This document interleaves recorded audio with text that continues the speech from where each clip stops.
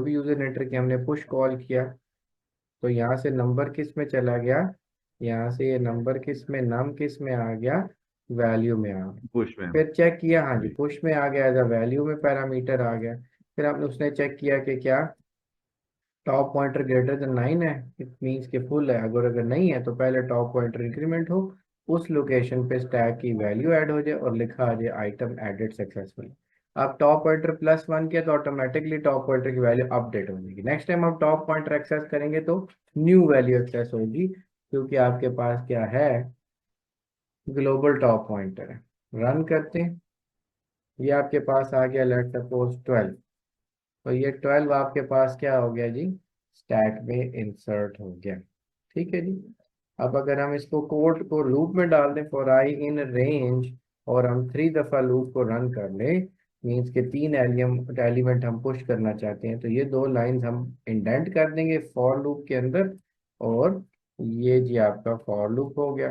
तो 3 number add करते हैं स्टैक में, जैसे हमने वहाँ किए थे, 45 30, उसने कहा ये भी ऐड हो गया, और उसके बाद हमने कर दिया 20, तो ये तीनों प्रिंट हो गए। अब इसको टेस्ट करने के लिए हम लूप में ऐड करते हैं 11 नंबर। ठीक है जी। 10 ये पुश करेगा, और 11th पे से क्या क्या देना चाहिए, या स्टैक इज फुल।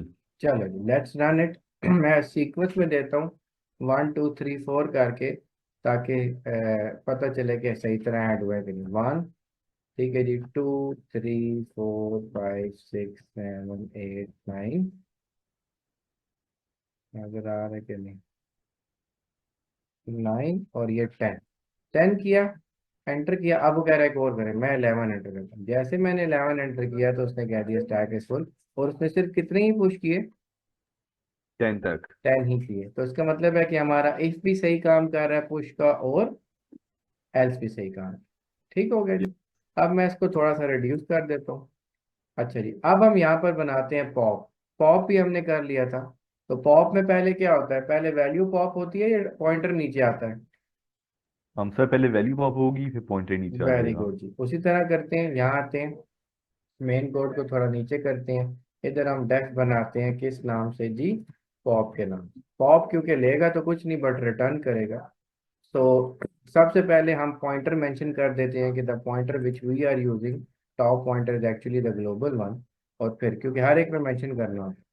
फिर यहाँ आ गया आपके पास इफ, अच्छा जी, if top pointer is equal to -1, इधर क्या आएगा, अगर हम पॉप कर रहे हैं, ये क्या है, सर स्टैक इज एम्प्टी।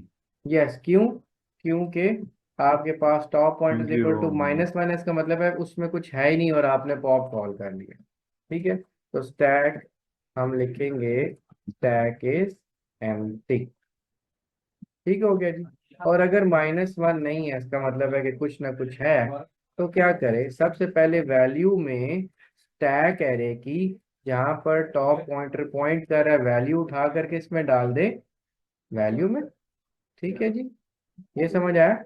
और यस। इसका क्या मतलब है, या एनी आइडिया बेटा, ये क्यों किया हमने, मैंने आपको कोई आइडिया सर इसका, ताकि वो ओरिजिनली जगह जो वैल्यू जीरो हो पॉप हुई जाए। है उस जगह 0 आ जाए। अगर हम ये नहीं करेंगे तो वहां से वो हमें प्रिंट हम करेंगे तो नजर हमें आएगी, क्योंकि पॉइंटर तो नीचे है। अगर लेट सपोज हम यहाँ से, लेट सपोज ये 25 की जगह 0 नहीं करते तो ये हमें ऐसे प्रिंट करे, पर जब टॉप पॉइंटर प्रिंट करेंगे तो वो 0 बताएगा कि टॉप पॉइंटर एक्चुअली 0 पे है। तो इसलिए इन ऑर्डर टू इंडिकेट हम उस इंडेक्स को भी 0 कर रहे हैं, ताकि पता चले वहां से वैल्यू हट की है।